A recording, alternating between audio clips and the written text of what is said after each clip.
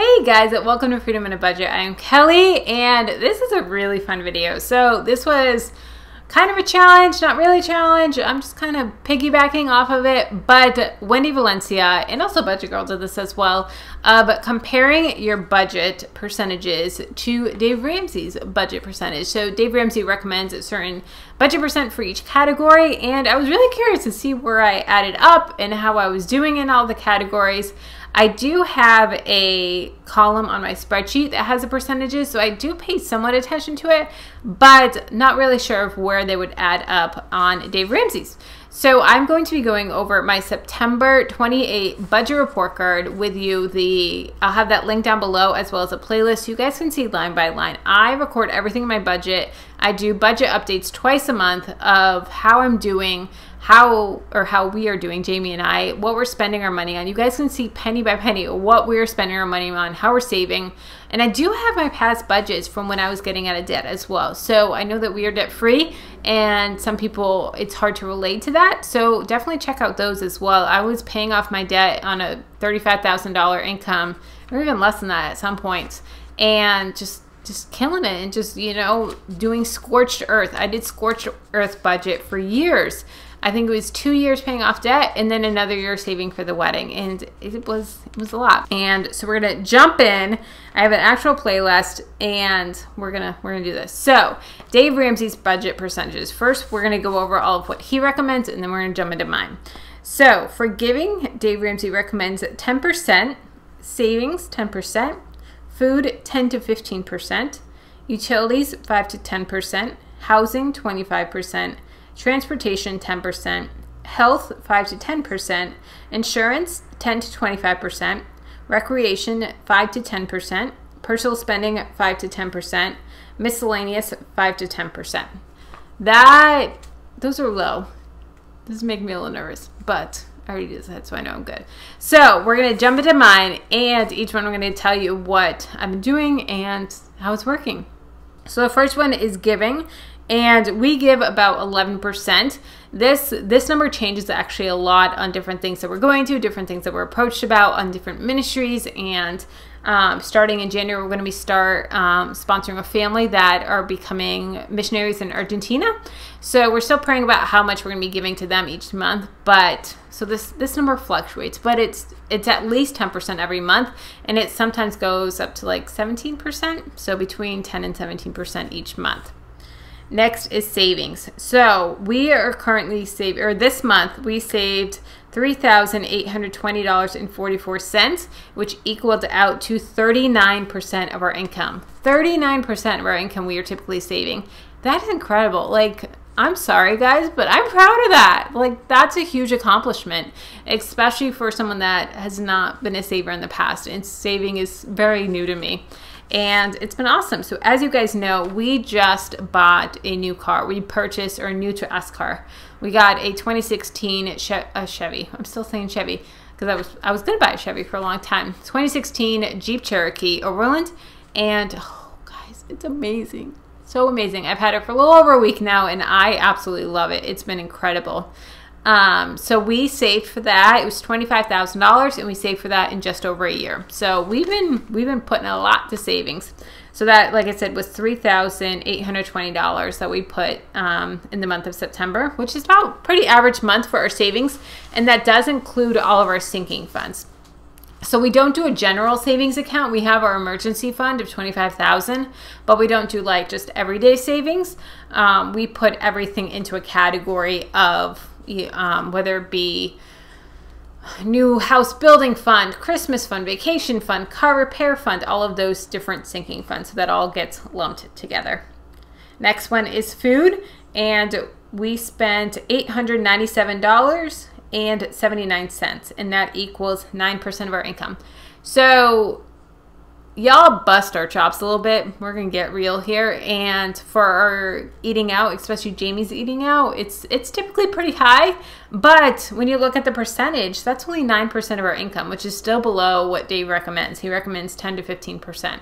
So even with the amount of eating out that we do, especially Jamie, it's still well within budget of 9% of our income. Utilities is $215, and that is just is 2% of our income. That's really low. So that is our cell phones, our electric, our internet, our cable. We don't have cable. It's cable. Internet is with that. I'm thinking of our Apple TV, but that's in our internet. So that's not bad at all. At 2%, which he recommends 5 to 10%. So we're well below that. Next is housing, and we pay $1,610 a month, $1,610 a month, and that includes our pet rent because the cats have to pay rent. Did y'all know that? I think I've mentioned that a couple times. Yep, the cats pay $25 a month for rent, and that is 17%. So Dave recommends 25%. And so even though it is $1,600 for an apartment is a lot, my family up in Massachusetts, that's like well over their mortgage, sometimes even double what their mortgage is. But we live in South Florida, and South Florida is very expensive. So we pay 17% of our income. Transportation was $177.55, and that was only $2 or 2% of our income.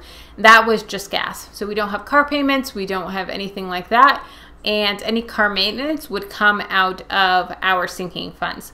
So just gas for the two of us is $177, and that's 2%, which Dave recommends 10. So we're well within budget. Health is $10, and that is 0%. So when you do the math out, $10 of it is 0%. And that's just my Weight Watchers membership.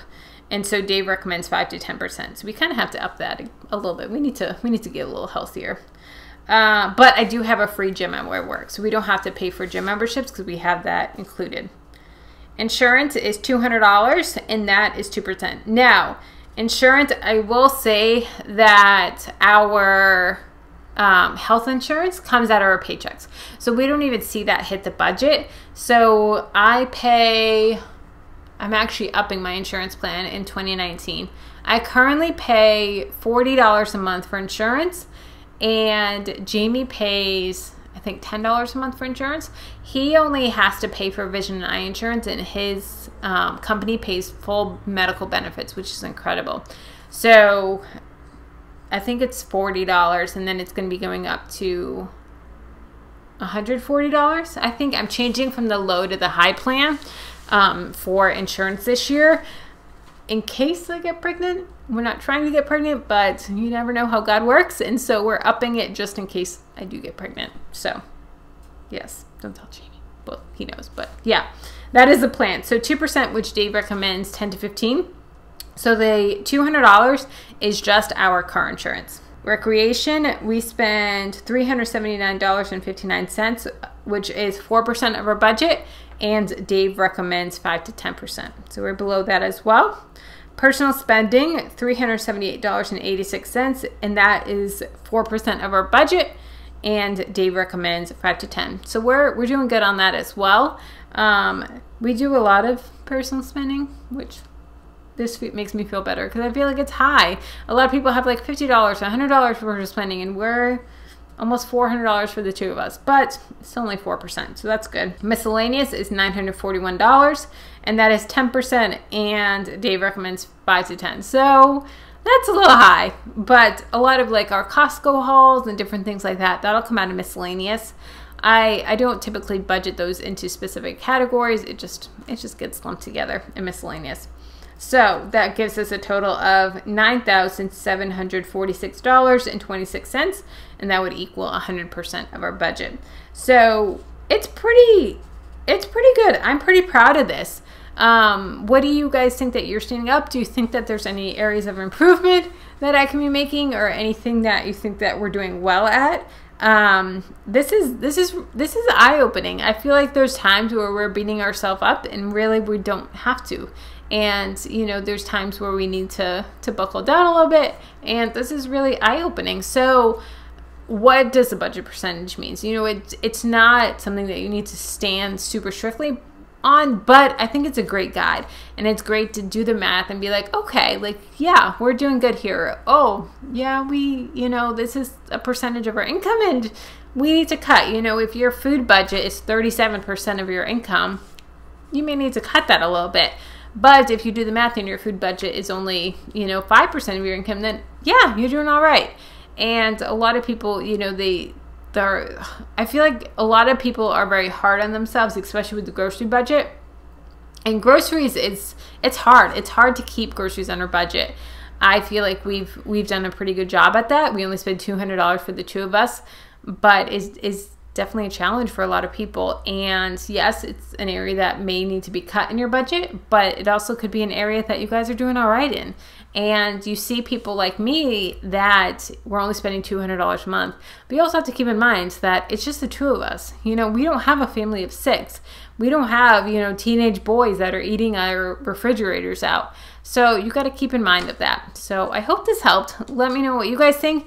And I will have Wendy Valencia and Budget Girls videos down below that they did this and they inspired me to do it. And if you want to do this, if you're a YouTuber, please, I open this up to you. I would love to see your video. Let me know when you do it and leave some comments down below. What do you guys think? All right, I will talk to you later. Bye.